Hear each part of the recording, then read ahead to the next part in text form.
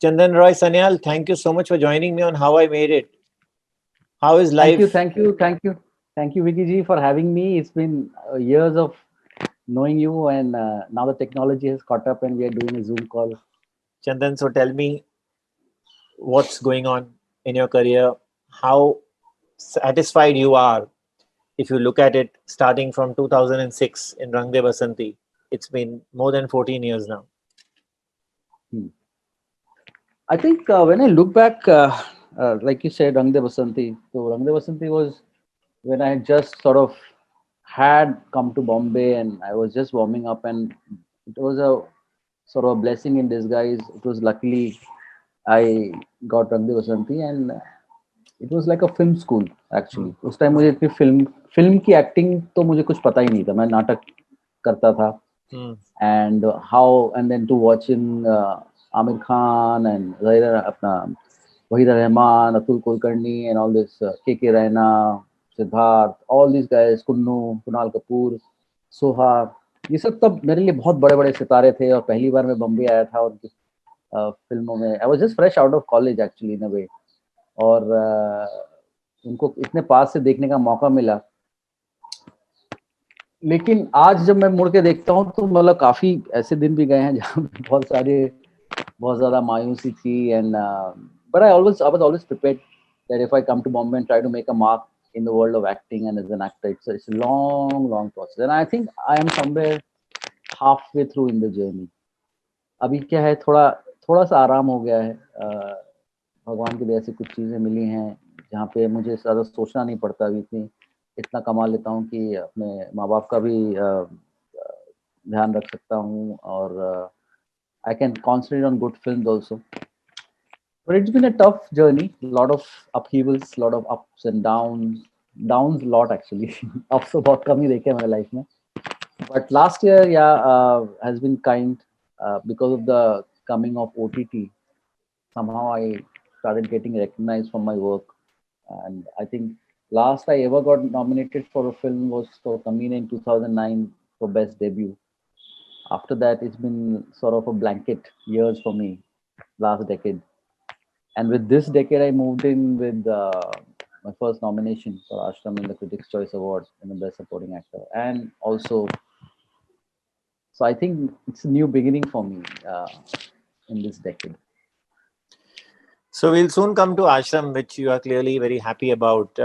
But Chandan, take us through this journey, which you say has been more full of downs and a lot of disappointments, as you mentioned. क्या हो रहा था उस वक्त और ये डाउन्स कहाँ से शुरू हुए? देखिए, एक्चुअली जब मैं शुरू में बम्बई आया तो वहाँ से तो बेसिकली बहुत लड़ाई लड़नी पड़ी, जैसे कि हम सबको लड़नी पड़ती है जब कोई बाहर से एक्टर आता है. और सबसे पहले आपकी जो है बेसिक नेसेसिटीज जो है, रोटी कपड़ा मकान, उसके लड़ाई में ही आपके पहले 2-3 साल निकल जाते हैं. तो वो प्रिविलेज तो होता नहीं हमारे पास कि जब आप 22-23 साल की उम्र में आए हैं और आप एकदम just focus on your looks and your great hygiene and nutrition and you're hitting the gym. ये सब लग्जरी तो मेरे पास कभी थी नहीं. और उस जमाने में वो करते करते ही पता चला 2-3 साल निकल चुके हैं, आप 27-28 हो गए हैं और अब तक का काम नहीं मिला है. लेकिन एक चीज आपको पता है कि आप इस लड़ाई में उतर चुके हैं और ये बहुत लंबी लड़ाई है. तो मैं एटलीस्ट मेंटली अपने आप को प्रिपेयर करता था कि there will be one day when you will not reach, but you will at least be closer to your goal. And all those days of darkness prepared me when I started fully acting in films. I only started acting fully in films from 2010-11, last 9 years when I did films over film. But मेरी filmography भी इतनी बहुत बड़ी नहीं है. I have probably done 14 films in 10 years. I've not done a lot of films because I've been choosy also and I have sort of wanted to concentrate. लेकिन फिल्मों में ऐसा होता है कि फिल्मों में उस तरह के किरदार मुझे कभी मिले नहीं जो मैं चाहता था या करना चाहता था. लेकिन आसपास के किरदारों में ही मैं रह गया. मतलब बड़ी फिल्मों में मैंने कोशिश की अच्छा करने की, हालांकि मुझे काफ़ी लोगों ने सराहा, क्रिटिक्स ने, लेकिन मुझे कभी उस तरह का capital gains I never got from films. I never sort of not that मैंने कोई फिल्म की हो और वो बहुत चली हो और मेरा बहुत नाम हो और उसके बाद मुझे 4-5 फिल्में मिली, ऐसा कभी हुआ नहीं.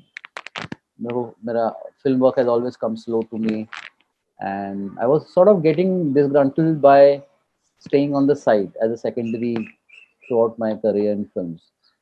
But उसमें मैं थोड़ा सा I was getting little disillusioned, I was getting upset, I was not happy. So I stopped doing more films. In that bargain, I must have done few films, but I worked with some great directors of Hindi film industry like Imtiaz Ali and Subhash Ghai, Vishal Bhardwaj, Rema, Sanjay Gupta, Nikhil Advani, इन सब के साथ मैंने काम किया. लेकिन मुझे लग रहा था कि मुझे और चाहिए जो एज एन एक्टर, और वो मुझे मेरे ख्याल से 2020 10 साल बाद मेरे साथ हुआ, जब एक तो प्रकाश झा साहब की आश्रम आई, उससे तो मुझे काफी a lot of acclaim I got, not just critically but also from the audience. लेकिन ये OTT जो है, ये जो खुला है, उसकी वजह से मुझे काफी आई थिंक इंटरनेट से मुझे काफी प्रोत्साहन और सराहना मिली. So that was mostly my journey, that I was getting lost in the world of films, playing sidey roles, which I think I will not do anymore. So you are saying maybe what you are saying is that you got lost in the crowd. Yeah, I'm sure. Yeah. क्योंकि लेकिन मेरे पास कुछ ज्यादा करने को होता भी नहीं था फिल्मों में.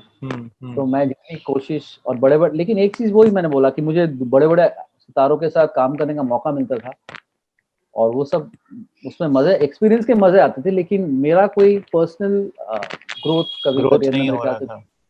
तो क्यों नहीं हो रहा था? कारण क्या था? आपको कभी ऑडिशंस में अगर आप रिजेक्ट हुए कहीं, जरूर कहीं तो हुआ होगा, या फिर ऑडिशन में तो हाँ, वो तो बिल्कुल मतलब बहुत मामूली बात है. मतलब हमारे लिए तो ऑडिशन में जाना, रिजेक्ट होना बहुत आम बात है.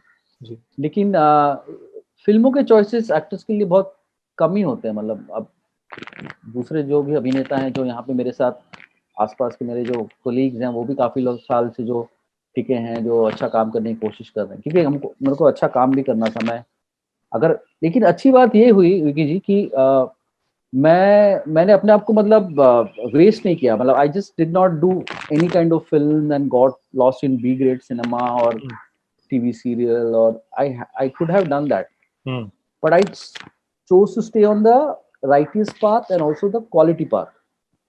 उसमें थोड़ा समय लगता है, लेकिन एटलीस्ट दाम पे धब्बा नहीं लगा कभी कि यार ये तो अनगढ़ल फिल्म कर रहा है, और यू नो वो मेरा कभी नहीं हुआ. That's I think that's what I saved myself from, which is I'm really happy about. That's the one thing I'm really happy about, that I saved myself from. I fell down, but I saved myself from falling into a bigger wall or well or something, जहाँ पे मैं खराब फिल्में कर रहा हूँ, क्योंकि यहाँ पे बहुत जल्दी आप गुमनामी के अंधेरे में खो सकते हैं. आपने कुछ गंदी गलत फिल्में कर लेंगे तो फिर करियर ओवर हो जाता. वो मैंने लकीली अपने आप को बचा लिया, उससे इज्जत बना के रखी मैंने. वो अच्छा है मेरे लिए. Fine, but Chandan, are you also saying that you did not get substantial roles because you were not slotted as a hero? Yeah, definitely. I was not. I just get a feeling from what you're saying. Yeah. Yeah, definitely. I was not slotted as a hero. I mean, nobody looked at me as a protagonist for a feature film or any kind of story. Though I did few films where I played protagonist, a few, but they were art house cinemas. Nobody saw it. Even in fact, I did one film called Island City, which was produced by NFDC, which took me to Venice Film Festival. I did a film called The Flight. It's a Bengali film which got me nominated in the New York Film Festival in the Best Actor category last year. I did all these kind of films, but the art house film cinema believed in me, and I did those films as a lead role and got me some kind of recognition in terms of artistic. But yeah, in mainstream, where I could earn money also and also get recognition from the audience, that never happened because I never got the chance to. Nobody looked at me as a protagonist for a film, and they would only look at me as a villain or somebody's best friend. So, but I thought I deserve and I can do better than that. That's why I also did very less films, because I didn't. Any idea why they were not looking at you as the lead hero of the film? I don't know. I mean, you'll have to ask people who make films, but I don't know why. But I think it's a matter of time. Everybody. Uh, I mean, it's. I don't know. I Yeah, have no Destiny, no of course. answer. But I thought you might have had some discussion with the casting director or with some director who's your May- friend. He may have explained to But you because over a period of time we do. I mean, let out what is in our heart to people who are close to us.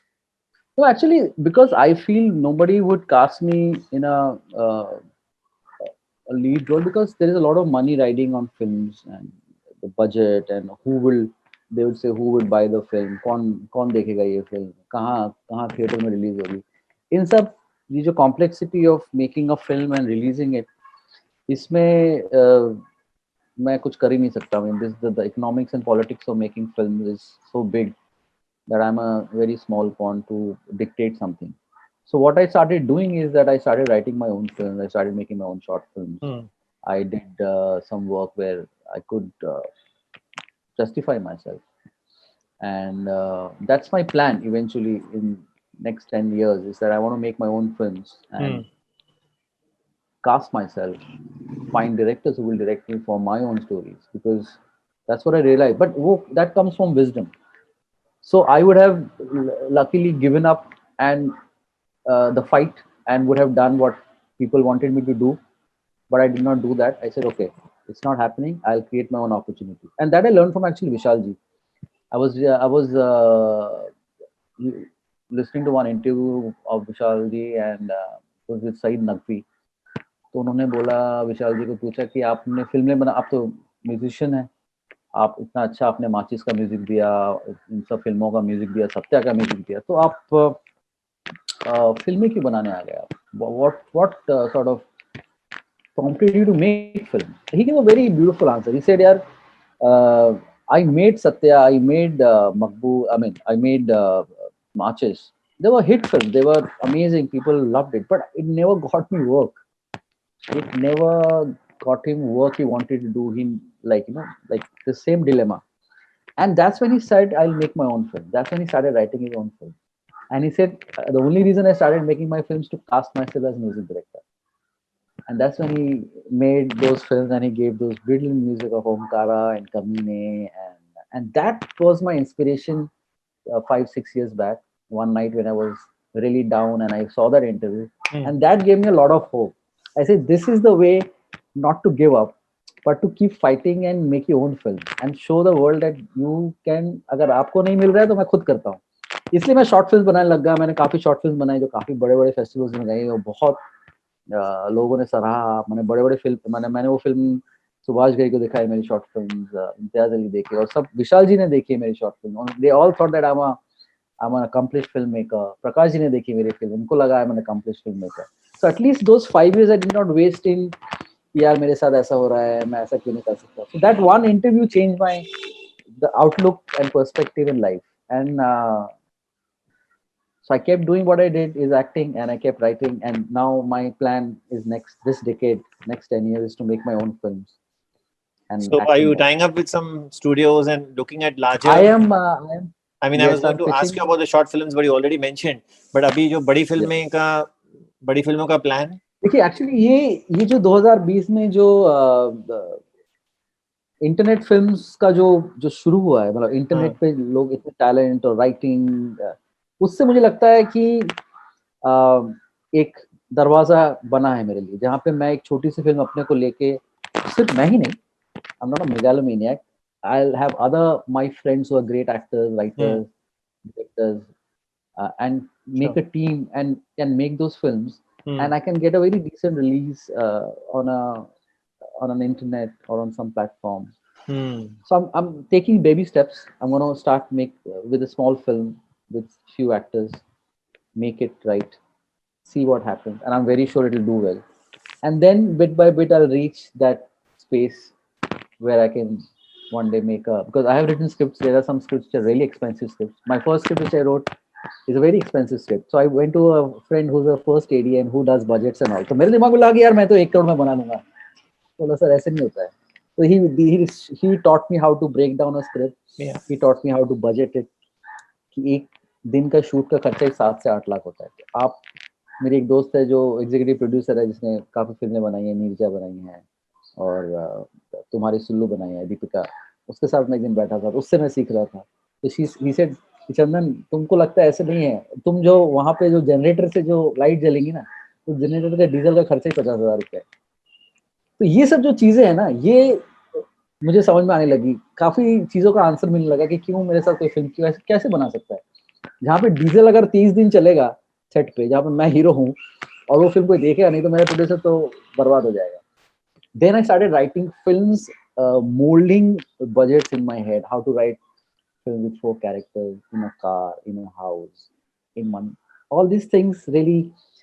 And now when I'm acting in films with different directors, I know my mind, I think I've become a very superior actor. I've become a very cost effective actor. मैं एक shot में पूरी film कर सकता हूँ, सोच सकता हूँ. डायरेक्टर को sometime when they, if I give this thing, if they ask my suggestion, I give them suggestion about shots also, कि मैं अगर ऐसे करूँ तो आपका ये टाइम इसमें बचेगा. तो ये सब सीखा मैंने.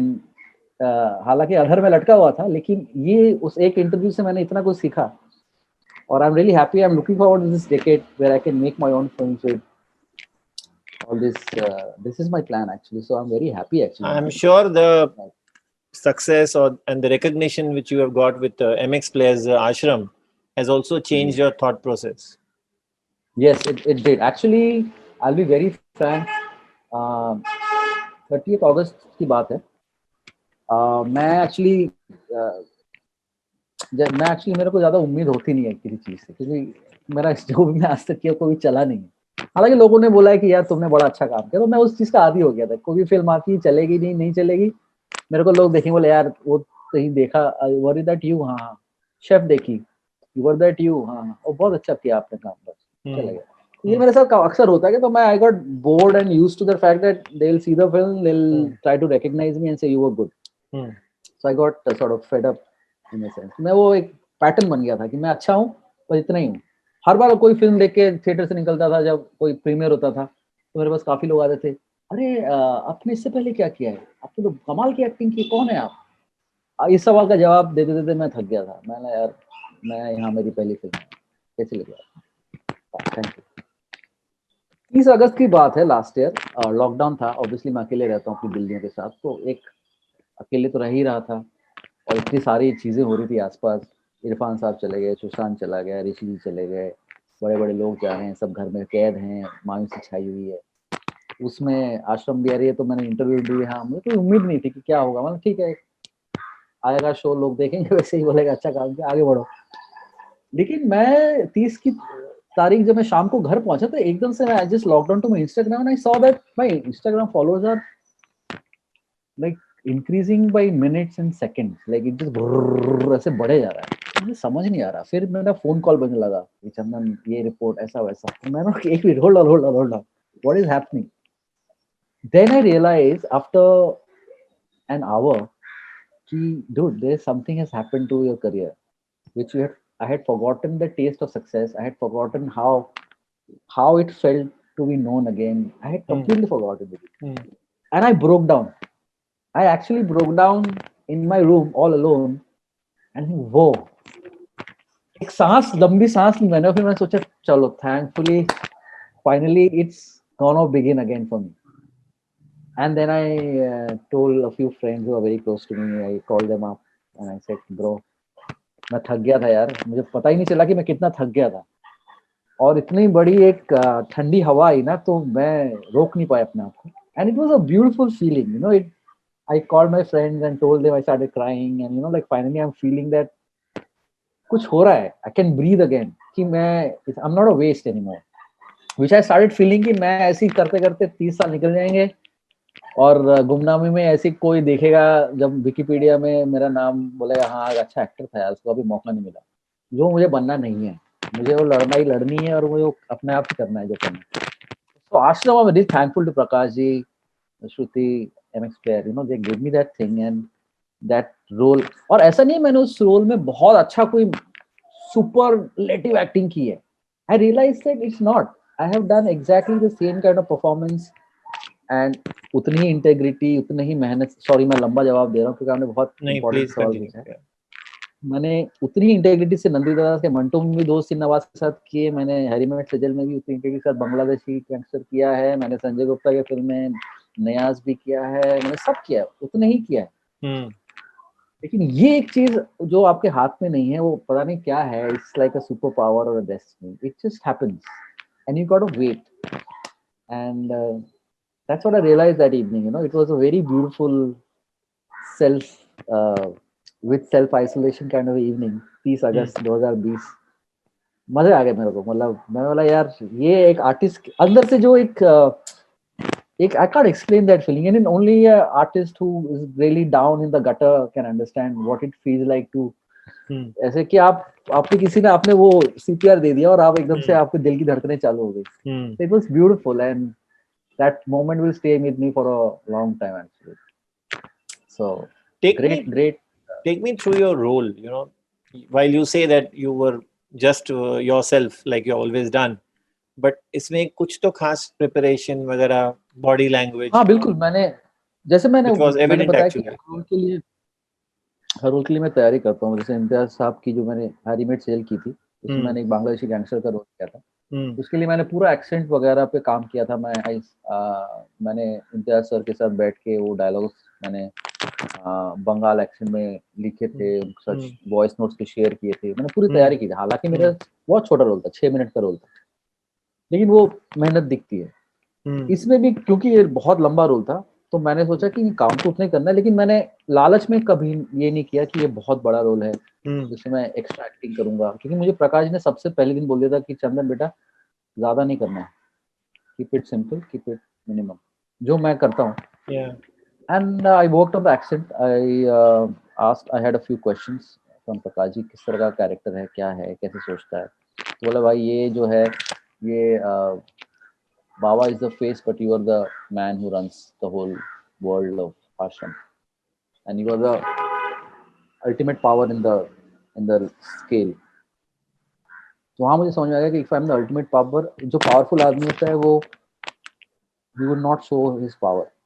जो असली में बहुत ही, मतलब अगर आप बड़े-बड़े बिजनेसमैन या पॉलिटिशियन जो होते हैं, बहुत ही जो सिंपल में जो रहते हैं, मतलब उनका पावर इतना है। तो मैंने वहां से वो पहली सीख ली। And when I played those part, I just did not do anything. I just believed in the line कि मैं हूँ पावरफुल, मेरे साथ 8 बॉडीगार्ड आ रहे हैं। तो एक सीन है जहाँ पे अध्ययन सुमन मेरे को गालियां वालियां देता है, आपने पता नहीं देखी है कि नहीं, लेकिन एक सीन है जहाँ पे अध्ययन मेरे को निकल जाए वो। तो एनी कैरेक्टर और एक्टर वुड हैव रिएक्टेड कि बॉस तेरे को मैं, तू जानता नहीं मैं कौन हूँ, जो दिल्ली वाला होता है ना, तू जानता नहीं मैं कौन हूँ, मैं तेरे को उठवा लूंगा। मैं बोला ये सब नहीं करूंगा मैं, I will just take it. और वो लोगों को वो जो फ्लिप है ना, वो ये जो मैंने छोटे छोटे फ्लिप्स किए ना सीन में, जहाँ पे मैं ऐसे विनम्र बन के पैरों में पड़ जाता हूँ कि मुझे सीट दे दीजिए या मैं इतना ही पैसा लूंगा, तो लोगों को वहां पे बहुत लगा कि ये बहुत ही fearsome kind of guy. And then there are scenes where I actually threaten women and I only once in the whole show I went like really high pitch because I wanted to use that as a ब्रह्मास्त्र, जहाँ पे अदिति जो है mummy भागने वाली है और वहां पे मैं पहली बार गुस्सा आ जाता है मेरे को कि साला ये हुआ कैसे। तो आपने कहा कि आप ये जो चेंजेस कर रहे थे वगैरह, you know, you said you will not play it like this, you play it like that. Was it entirely, I mean, your call, or I mean, Prakash ji के स्क्रिप्ट में ऐसे था, or was there some mutual discussion before that? Actually क्या होता है, script में एक तो किरदार लिखा होता है और डायरेक्टर जो है, क्योंकि प्रकाश जी राइटर डायरेक्टर दोनों हैं, उन्होंने तो पूरा सोच रखा था। और उनको luckily things that I am an intelligent actor, बोले चल मैं तेरे पे छोड़ता हूँ, मुझे बस ये दायरा है, इस दायरे में तेरे को खेलना है फुटबॉल, ये इतना ही पिच है तेरा। तो एक इंटेलिजेंट एक्टर समझ जाता है कि जो मेरे निर्देशक महोदय हैं वो क्या चाह रहे हैं, कि ये इधर खेलना है, क्योंकि प्रकाश जी खुद डायरेक्ट करते थे सेट पे, तो वही एक्शन बोलते थे, वही कट बोलते थे, वो खुद ही बोलते थे नहीं चंदन ये, वो कभी उन्होंने मुझे रोका नहीं। जब मैं कुछ गलती करता था या ज्यादा करता था या कम करता था, तो वो एक एक्स्ट्रा टेक लेते थे।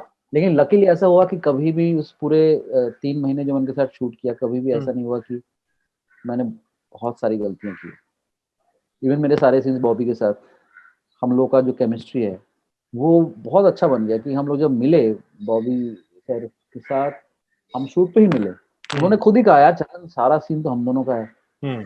हम लोग को साथ में बैठना चाहिए। एंड लकीली हम लोग साथ में बैठे और हमारी इतनी गहरी दोस्ती हो गई, is like a big brother to me now. हम लोग पूरे लॉकडाउन में उन्होंने मेरा हमेशा पूछा क्या कर रहा है, कैसा है, कुछ चाहिए वगैरह वगैरह, हम लोग अक्सर बातें करते हैं। और वो दोस्ती आई थिंक आश्रम में दिखी कि काफी लोगों ने बोला कि यार ये तो जय वीरू वाला दोस्ती है, क्योंकि कुछ कुछ सीन है जहाँ पे मैं उनका नौकर बना हुआ हूँ और रात को जब मैं उसके साथ बियर पी रहा हूँ तो एक लाइन है जो बहुत लोगों को पसंद है, बोले यार अरे यार भोपे बियर जाते नहीं तो तुम बाबा जी से मोंटी पे आ जाता है यार, कंट्रोल करे यार ये सब। तो ये लोगों को ये जो केमिस्ट्री जो और ये राइटिंग में है, ये प्रकाश जी ने ये सीन लिखे हैं क्योंकि इतने ब्यूटीफुल सीन लिखे हैं। मैंने जब पढ़ा भी था तो मैंने बोला सर ये मेरा फेवरेट सीन है, जहाँ पे the flip of how they are playing doing role playing, के सुबह तो एक रोल प्ले कर रहे हैं कि ये बाबा है, मैं बिजनेसमैन हूँ, मैं मंत्री जिसमें, लेकिन शाम को दोनों बंटा है ऐसे बैठ के दोनों That switch you are saying. बैठे बैठे Yeah.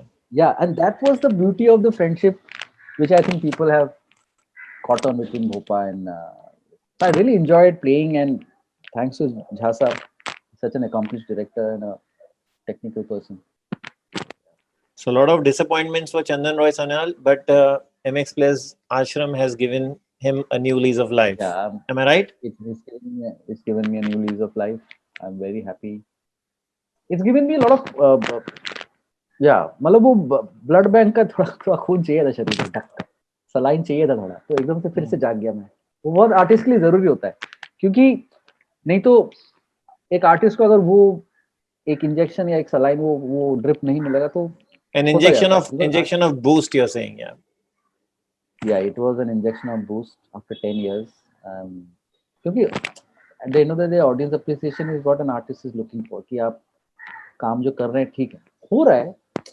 एंड ऐसा नहीं है कि मतलब मैंने जो कमाया है आश्रम से पहले भी मैंने बहुत लोगों से बहुत ज्यादा ही कमाया, कि मैंने एक नाम कमाया कि जो भी मेरा नाम है लोग मेरे को आज तक कभी भी जितनी भी फिल्में की हैं सर, कभी भी मैंने काम नहीं मांगना पड़ा मेरे को आज तक जिंदगी में।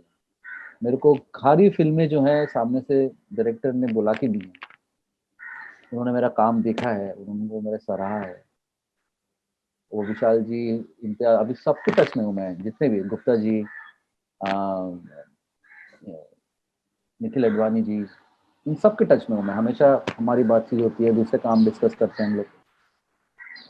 तो काम किया है, लेकिन वो एक वो टर्न जो होता है ना, जहाँ पे लोग आपको लगता है अच्छा, तो लोग आपको दूसरे नजरिए से देखते हैं, दूसरी चीजें थोड़ा और काम। जब भी उसके बाद I think I got an offer almost 20 shows, but मैं उतना शो कर नहीं सकता हूँ क्योंकि मैं बस because I want to, because I am doing Aashram season 2 now, तो मैं अभी इसलिए दाढ़ी हटा नहीं रहा हूँ, because I want to focus on that and make Bhopa immortal. So with Ashram you got offers of nearly 20 shows, you're saying? Yeah, I got a lot of offers, but I did not choose many because है, क्योंकि मुझे वो अब खून लगा है तो मैं वैसे ही करूंगा। I would do something which is really important and hit the big mark now. So a new chapter is going to be hopefully written. Inshallah. Here comes Chandan Roy Sanyal. Please watch out. And thank you so much, Chandan, for being with us. It's been Thank you. a pleasure meeting you. Talking to you. Virtually, all right. Thank you. But look forward to seeing you more. Thank you so much. A big thanks to you from the entire team of eTimes.